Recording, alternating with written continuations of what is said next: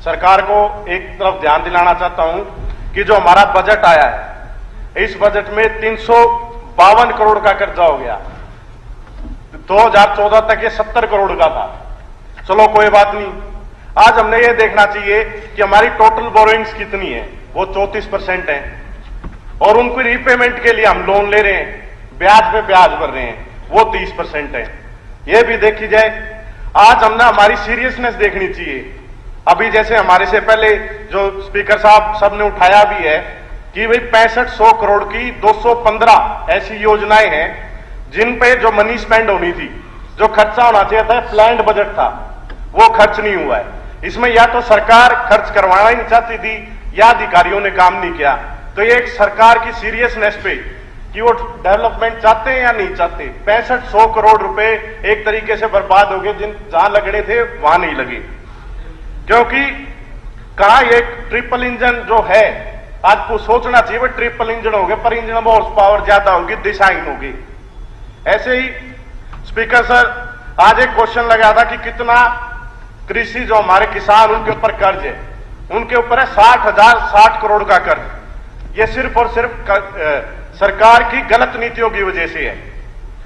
सरकार ने कहा कि वो मेरा पानी मेरी विरासत, अच्छा है आपने पैसे बढ़ाए, 7 से 8 हजार कर दिए, धान की सीधी बिजाई के लिए भी आपने बढ़ाई, मगर क्या ये पैसा जहां तक पहुंचना चाहिए? मैं आपका ध्यान हमारे लांबा खेड़ी खरक या हमारे ऐसे गांव हैं जहां पर किसान आंदोलन हो, चाहे कोई भी मांग हो किसानों की, सरकार कोई नई डिमांड, कोई नई चीज लेके आती है तो लोग अप्लाई करते हैं। पोर्टल पे उन लोगों ने पंजीकृत करा रखा है, आज तक उनके पैसे नहीं आए। ऐसे ही सरकार ने कहा कि भाई महिला दिवस पर हमने 1 लाख रुपए महिलाओं को दिए हैं, लेडी फार्मर्स को डेयरी खोलने के लिए। स्पीकर सर, इसको बढ़ाने की जरूरत है। 1 लाख में तो काटड़ी को नहीं आंदी, महज बहुत महंगी हो रही है। तो सरकार ने, मेरा एक सुझाव है कि सरकार ने, जैसे केंद्र सरकार किसान निधि बनाती है, क्योंकि हमारा किसान अपनी मर्जी से कर्ज में नहीं है, सरकार की नीतियों की वजह से कर्ज में, तो किसान निधि जैसी केंद्र की ऐसी स्टेट गवर्नमेंट को भी मदद करनी चाहिए। कहीं ना कहीं लोन्स को वेव ऑफ करना चाहिए, क्योंकि बहुत सी ऐसी स्कीमें हैं जो इसमें यूज नहीं हुई। 215 स्कीमों में जिसमें किसान का फायदा होता। तो स्पीकर सर, ऐसे ही अगली बात जो हमारे से जो हमारी सरकार, इनने कहा भाई एयरपोर्ट बना दिया हिसार में। पहली बात तो मैं ये पूछना चाहता हूं कि वो एयरपोर्ट किस नाम से है? सरकार ने कहा कि वो महाराजा अग्रसेन जी के नाम से है, मगर लाइसेंस जो आया है हिसार एयरपोर्ट के नाम से आया है, और ये एयरपोर्ट बहुत पहले से बना हुआ है। कहीं ना कहीं सरकार एक लिपा पोती कर रही है। जो जेवर में एयरपोर्ट बना वो हरियाणा में बनना मंजूर था। उससे आप ये देख सकते हो कितना बड़ा एयरपोर्ट, कितना बड़ा नुकसान स्टेट को हुआ।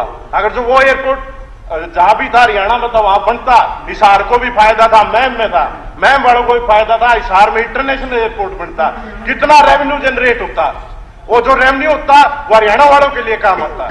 ऐसे ही आगे मैं आपका ध्यान, सरकार कहती है कि भाई पीएम गति शक्ति योजना के तहत हम ऐसा पोर्टल यहां बनाएंगे।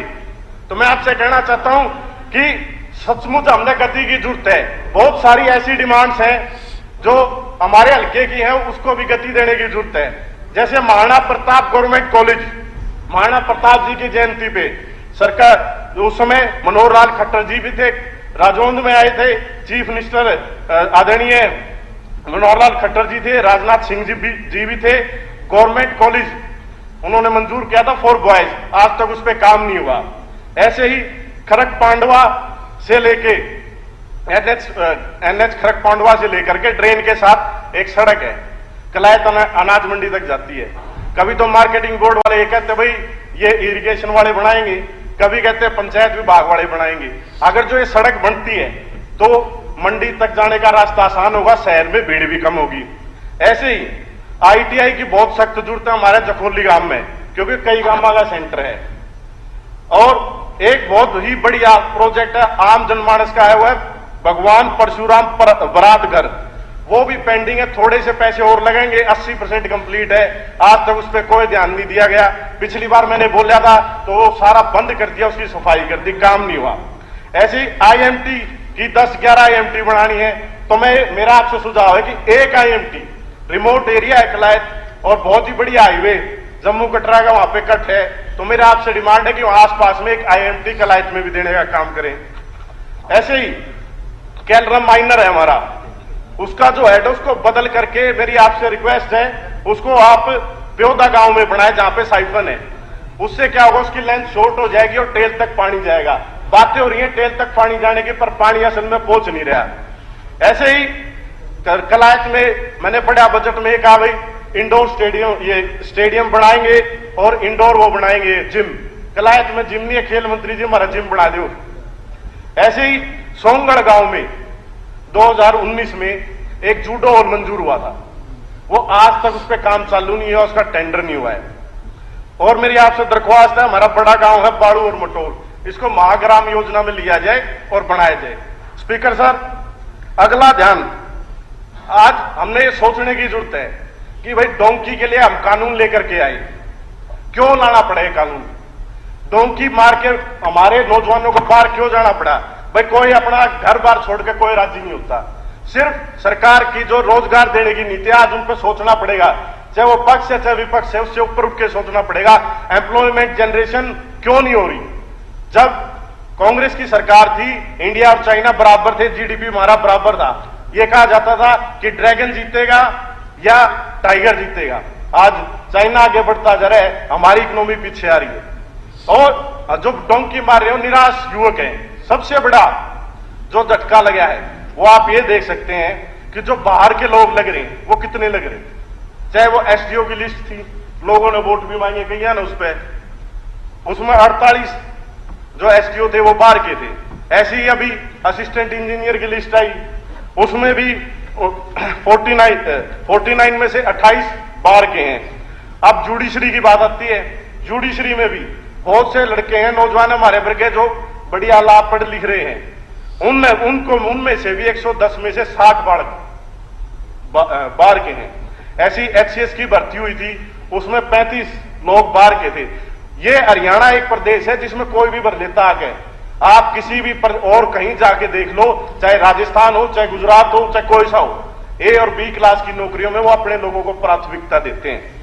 ऐसे ही पर्ची खर्ची की बात होती है, मैं आपका ध्यान दिलाना चाहूंगा, जब चौधरी भूपेंद्र सिंह हुड्डा जी चीफ मिनिस्टर बने थे उस समय 40% इंटरव्यू होता था, और वक्त की नजाकत को देखते हुए और व्यवहारिक ज्ञान के ऊपर चौधरी भूपेंद्र सिंह हुड्डा जी ने ये जो इंटरव्यू के नंबर थे 40% से 25% किए। फिर देखा भाई और पढ़े लिखे युवा और ज्यादा है और रिक्वायरमेंट है तो 10% कर दिया गया। तो कांग्रेस पार्टी ने ही शुरुआत करी थी। अब आपको इस बात की तो कोई नहीं भरेगा, तो मेरा आपसे निवेदन है कि तो बोलने तो दो, PTI की भर्ती आपने सरकार ने डिफेंड नहीं किया, डिफेंड करना चाहिए था।